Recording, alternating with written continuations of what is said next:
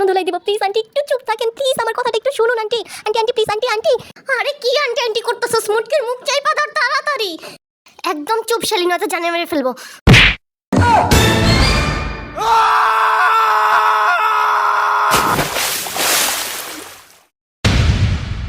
আয় চান্দু আয়, এবার তোর সাথে খেলবো। আয়। না না না না আন্টি, একদমই কাছে আসবেন না আমার। আন্টি আমি খেলোয়াড় না, আমি পুলিশ অফিসার। ও তুই পুলিশ অফিসার, তাহলে তো আরো জমবে। আয় চান্দু আয়। ওই মুটকি খবরদার আমার কাছে আসবি না, আমি এক নারীতে আসক্ত, আমার বউ আছে। আসবি না, আমি গুলি করে দেবো। আমার বন্দুক কই? এটা দিয়ে গুলি করে দেবো, গুলি করে দেবো কিন্তু। তুই আমায় গুলি করবি? কর দেখি তোর কত দম। আন্টি আই এম জোকিং, কে গুলি করবে? এই নেন আপনার বন্দুক, প্লিজ আমাকে যেতে দেন, প্লিজ আন্টি কাছে আসবেন না। বাঁচাও বাঁচাও, কে আছো বাঁচাও। শাকিলা, তোমার কি হয়েছে? শাকিলা, আমি আসতেছি। শাকিলা,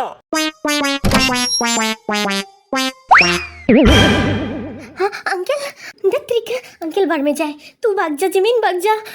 ना ना ना ना वी, अरे जिमिन वी के देखी करबी তুই নিচে বসলে বাপের নাম। ভাগ জিমিন ভাগ। জিমিন চোখ বন্ধ করে এক দৌড় দিয়ে ওই বিল্ডিং থেকে বের হয়ে আসে। টিনা ওই বিল্ডিং এর নিচে চাপকলে গোসল করতেছিল, কারণ ওদের কল নষ্ট হয়ে গেছে, এজন্য পানি আসতেছে না। জিমিন অন্যমনস্ক হয়ে দৌড়ানোর কারণে টিনার সাথে ধাক্কা খেয়ে পড়ে যায়। আর ঠিক তখনই কাফিয়া ওদের বিল্ডিং থেকে বের হয়ে জিমিন আর টিনাকে এরকম অবস্থায় দেখে। কাফিয়া তো তুমি? আমি ডিস্টার্ব করে ফেললাম তোমাদের? ডিস্টার্ব? কিসের ডিস্টার্ব? কি সব বলতেছো বউ? কি বলতেছি বুঝতে পারছিস না? একসাথে গোসল করতেছস, কি করছস তোরা দুজন? বল কি করছস? আস্তাগফিরুল্লাহ নাউজুবিল্লাহ। বউ কি সব ভাবতেছো তুমি? আমি ওর সাথে কিচ্ছু করিনি, আল্লাহর কসম, বিশ্বাস করো আমাকে। বিশ্বাস করব সেটাও তোকে? শালা ক্যারেক্টার লুজ কথাকার।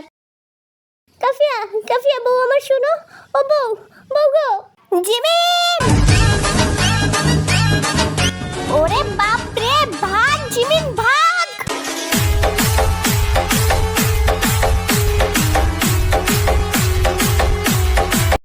ভাইয়া ওরা কি চলে গেছে? চলে গেছে, কিন্তু শালা তুই আমার একা ওইখানে ফেলে পালাইছস কেন? পালাই নাই তো, আমি আমি নাটক কম করো শালা। আই এম সরি দুলা ভাই, আসলে ওই টাইমে মাথায় কোনো কাজ করতেছিল না, সত্যি মন থেকে সরি। হয়েছে হয়েছে, আর লাগবে না তোমার সরি। ভি সত্যি sorry. It's okay. Thank you দুলা ভাই। একটা হেল্প করবে? তোমাকে হেল্প করব আমি আবার? আমার কি পাগলা কুত্তায় কামড়াইছে? প্লিজ জানেমান। বাবা জানেমান? হ্যাঁ জানেমান, তুমি আমার একমাত্র জানেমান, আমার কলিজা, আমার সব। ঢং বাদ দাও, আমি পারবো না তোমার কোনো হেল্প করতে। জানেমান প্লিজ প্লিজ, জানেমান প্লিজ। কত ঢং যে করতে পারো তুমি। আচ্ছা ঠিক আছে, বলো কি হেল্প করতে হবে।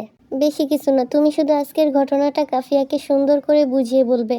ও আমাকে শুধু শুধু ভুল বুঝতেছে, একদমই বিশ্বাস করে না আমাকে। ঠিকই তো আছে, বিশ্বাস করবে কেন? তুমি যে টাউটার বাটপার, তোমাকে আবার বিশ্বাস করা যায়? কি তুমি আমাকে টাউটার বাটপার বললে? তুমি নিজে কি? তুমি নিজে তো সবচেয়ে বড় মস্ত বড় টাউটার বাটপার। তো আসছো কেন এত মস্ত বড় টাউটার বাটপারের কাছে হেল্প নিতে? দুলা ভাই তুমি তো দেখতেছি মস্করাও বুঝো না। আমি তো তোমার সাথে মস্করা করতেছিলাম, আমি তোমার একমাত্র শালা, আমি কি তোমার সাথে একটু মস্করা করতে পারি না দুলা ভাই? একটুও বদলাও নাই জানেমান, ঠিক আগের মতোই আছো।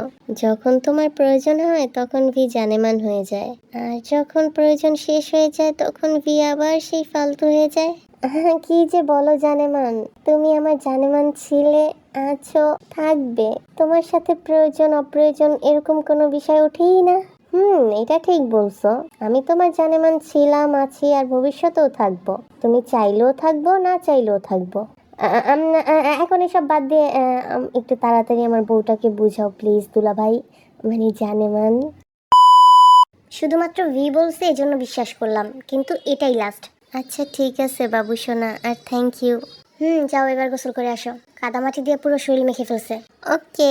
এরপরে জিমিন গোসলে চলে যায়, আর কাফিয়া ঘর গোছাতে থাকে। এর কিছুক্ষণ পরে কাফিয়ার রুমের দরজা কেউ নক করে। এরপরে কাফিয়া হাতের কাছে রেখে দিয়ে দরজা খোলে।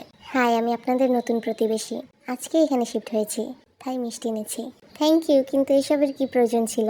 ওরা দুজন কথা বলছে, ঠিক তখনই জিমিন ওয়াশরুমের দরজা খুলে রুমে প্রবেশ করে, আর মেয়েটাকে দেখে সাথে সাথে মুখ ঘুরিয়ে নেয়। কিন্তু মেয়েটা জিমিনকে দেখে ফেলে, আর কাফিয়াকে সাইড করে জিমিনের কিছুটা কাছে গিয়ে হেসে বলে, হেই তুমি জিমিন না? না না না, আমি জিমিন না। ওই তুমি তাকে মিথ্যে বলছো কেন? হ্যাঁ, আমি জিমিন, তবে আপনি যার কথা বলতেছেন আমি সে না। তুমিই সেই জিমিন, আমি তোমার কণ্ঠ চিনি না? এত বছর হয়ে গেল তোমার কণ্ঠ আমার স্পষ্ট মনে আছে। আমার দিকে ঘোরো, আমি আনিকা। আনিকা নামটা শুনেই কাফিয়ার আর বুঝতে বাকি হয় না জিমিন এরকম করছে কেন। আরে অভদ্র মহিলা, তোর নামটা বলার কি প্রয়োজন ছিল? আজকে আমি শেষ রে। তুই কি ঘুরবি নাকি তোর ঘাড় মটকাবো আমি? ঘাড় মটকানোর প্রয়োজন নেই বউ, আমি ঘুরে গেছি। এই তো সেই আনিকা যার সাথে তুই নেচেছিলি আর ভবিষ্যতেও নাচার প্ল্যানিং করেছিলি, তাই না? না মানে হ্যাঁ, কিন্তু তুমি জানলে কিভাবে? আর তুমি জিমিনের কি হও? আমি এই অপদার্থ বেটার বউ, আর এইসব আমাকে এই ছাগলই বলছে। ও আচ্ছা, তাহলে আমি আসি, পরে কথা হবে, বাই। বাবু সোনা, চুপচাপ এখান থেকে বের হয়ে যা। কি কি বলেছি শুনতে পাসনি? কিন্তু কেন? কেন সেটা তুই জিজ্ঞাসা করতেছস আমাকে? দেখো কাফিয়া, ওইটা আমার অতীত ছিল। তুমি অতীতের জন্য আমার সাথে এরকম ব্যবহার করতে পারো না। তোকে বলেছি আমার রুম থেকে বের হ। বের হ বলতেছি আমার রুম থেকে। কাফিয়া, কাফিয়া শুনো, কাফিয়া। হ্যাঁ, আমার তোয়ালে। কাফিয়া, আমার তোয়ালে দাও কাফিয়া। হ্যাঁ, ঘর থেকে বের করছো, কোনো সমস্যা নেই, আমার তোয়ালে দাও। তোয়ালে, হায় আল্লাহ, তোয়ালে বের হ। জিমিন? হ্যাঁ, ও শিট। তোমার এমন অবস্থা কি করে হলো? প্লিজ চোখ বন্ধ করো, প্লিজ তাকাবে না। এই এই লুঙ্গিটা পরে নাও। জিমিন বিয়ের হাত থেকে ইমিডিয়েটলি লুঙ্গিটা নিয়ে পরে নেয়।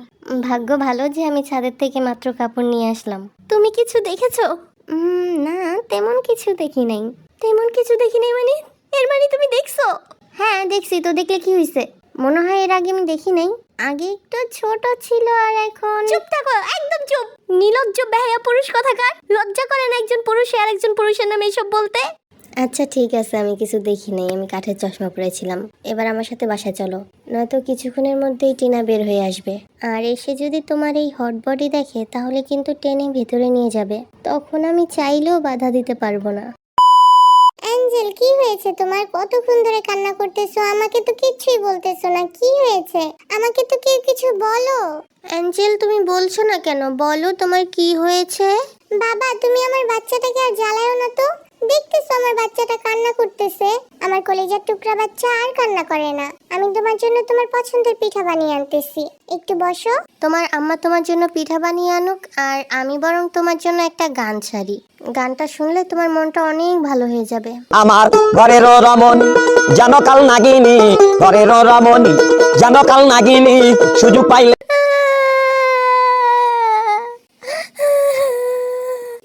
একদম ঠিক কথা, আমার ঘরের রমণী সত্যিই কাল নাগিনী। শয়তান বেটি আমার জীবনটারে শেষ করে দিল। কাল সাপ, কাল সাপ, আমি দুধ কলা দিয়ে কাল সাপ পুষেছি। রাক্ষসী, রাক্ষসী আমার জীবনটারে খেয়ে দিল রে। শয়তান বেটি ভাত মাছ খায় না, শুধু আমার মাথাটাকে গিলে গিলে খায়। কি হয়েছে? তুমি এভাবে তাকিয়ে আছো কেন? পিছিয়ে দেখো। কি দেখবো? তুমি এরকম করতেছো কেন? হ্যাঁ কাফিয়া, তোর শার্ট প্যান্ট আর জুতা দিতে এসেছিলাম, এই নে। হ্যাঁ, এটা কি করলো?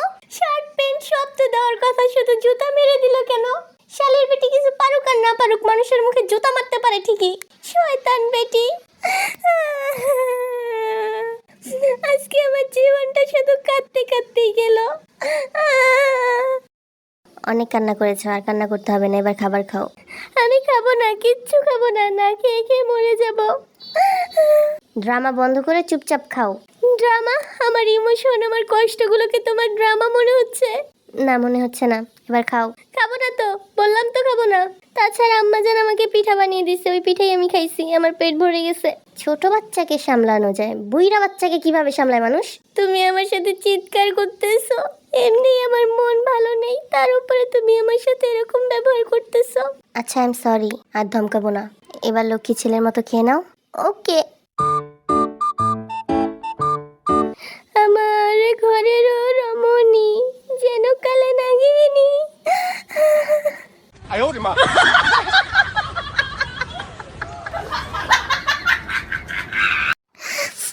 হাই সোনা গো, হাই সোনা, গানটা আর একবার ছাড়ো, একটু শুনি। গানটা শুনলে বুকে শান্তি লাগে। আচ্ছা ঠিক আছে। আমার ঘরের রমন জানো কাল নাগিনি, ঘরের রমন জানো কাল নাগিনি, সুযোগ পাইলে কিছু ছাড়লো না রে, আমি পারি না আর পারি না। রাত হয়ে যাওয়ার কারণে নূর জিমিনকে বাসায় যেতে দেয়নি, তাই জিমিন এখানেই থেকে যায় আর বিয়ের সাথে ঘুমায়। যদিও জিমিন বিয়ের সাথে ঘুমাতে চায়নি, কিন্তু নূরের বেড যেহেতু সিঙ্গেল বেবি বেড, এই জন্য বাধ্য হয়ে বিয়ের সাথে ঘুমাতে হয়। জিমিন বিছানায় শুয়ে আছে আর ওদের সামনে বারান্দা দিয়ে বিশাল খোলা আকাশের পূর্ণিমার চাঁদ দেখতেছে। ভাইয়া আজকে কি পূর্ণিমার রাত? আজকে পূর্ণিমার রাত, আর কাপলদের জন্য খুব সুন্দর রাত, মধুর রাত। শয়তান বেটা দিল তো কাটা জায়গায় লবণ মরিচের ছিটা। হ্যাঁ, সুন্দর মধুময় রাত, কিন্তু সব কাপলদের জন্য নয়। তুমি মনে রেখো, ওই শয়তান বেটির আমি কোনোদিনও মাফ করব না। কত বড় সাহস আমার মুখে জুতা মারে! মাফ করব না, কখনোই মাফ করব না। এখন যদি আমাকে মেসেজ দিয়ে বলে না যে বাবু সোনা আসো, তোমাকে খুব মিস করতেছি, আই এম সরি, আমি তারপরও যাব না, কোনোদিনও যাব না। হ্যাঁ, আমার বউ সরি বলছে, আমি আসতেছি বউ। মাত্র না বললে যে যাবে না? হ্যাঁ, ওইটা তো কথার কথা বলছি। আমি আমার বউয়ের কাছে যাব না তো কার কাছে যাব? টাটা টাটা, পাগল একটা। নূর, তোমার মামিমণি আর তোমার অ্যাঞ্জেল আজকে তাদের বাসায় যাবে, তুমিও তাদের সাথে গিয়ে তাদের বাসায় 2 দিন থেকে আসো। আচ্ছা ঠিক আছে, কিন্তু আমি তো তোমাকে ছাড়া থাকতে পারি না বাবা। আমি মাঝে মাঝে গিয়ে তোমার সাথে দেখা করে আসবো। মাঝে মাঝে গিয়ে দেখা করে আসবে মানে? আমি কি ওইখানে একেবারের জন্য চলে যাচ্ছি নাকি? না, একেবারের জন্য যাচ্ছ না, বললাম তো 2 দিন পরে গিয়ে নিয়ে আসবো। আচ্ছা ঠিক আছে বাবা। আমার মেয়েটাকে দেখে রাখবেন ইনশাআল্লাহ। কিন্তু আমার মনে হয় না যে নূর আপনাকে ছাড়া থাকতে পারবে, থাকতে থাকতেই অভ্যাস হয়ে যাবে।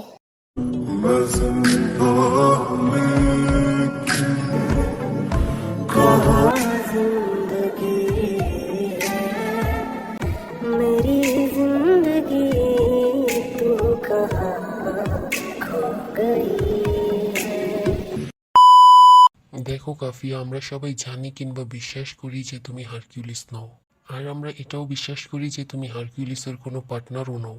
কিন্তু আমাদের মনে কিন্তু অনেক প্রশ্ন ঘুরপাক খাচ্ছে। এছাড়া পরিস্থিতি অনেক জটিল হয়ে উঠেছে, তাই পরিস্থিতি আরও জটিল হওয়ার আগে সবকিছু বিস্তারিতভাবে খুলে বলো।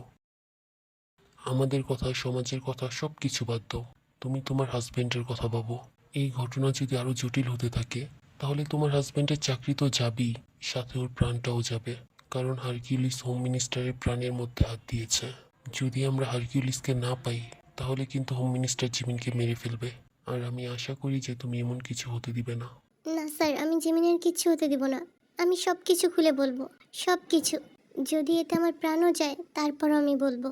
আমি বেঁচে থাকতে আমার স্বামীর কোনো ক্ষতি হতে আমি দেব না। তাহলে বলো কাফিয়া, সব কিছু বিস্তারিতভাবে বলো, নয়তো ওরা আমাকে বাঁচতে দিবে না। না জিমিন, প্লিজ এসব বলো না। তুমি বাঁচবে, অবশ্যই তুমি বাঁচবে। আমি বলছি, সব কিছু খুলে বলছি তোমাদের। ওই দিন তোমরা যখন দিয়াবাড়িতে আকরাম নামে একটা রেপিস্টকে পাহারা দিচ্ছিলে, তখন আমি গর্ভবতীর ছদ্মবেশ নিয়ে বিয়ের সিনজেতে করে ওইখানে যাই, কারণ ওই বিল্ডিংয়ের একটা ফ্ল্যাটে কোটি কোটি টাকার অবৈধ ডায়মন্ড ছিল। আমি যখন ভালোভাবে চুরি করে ফিরছিলাম, তখন হঠাৎ করে আমি ভিকে দেখতে পাই।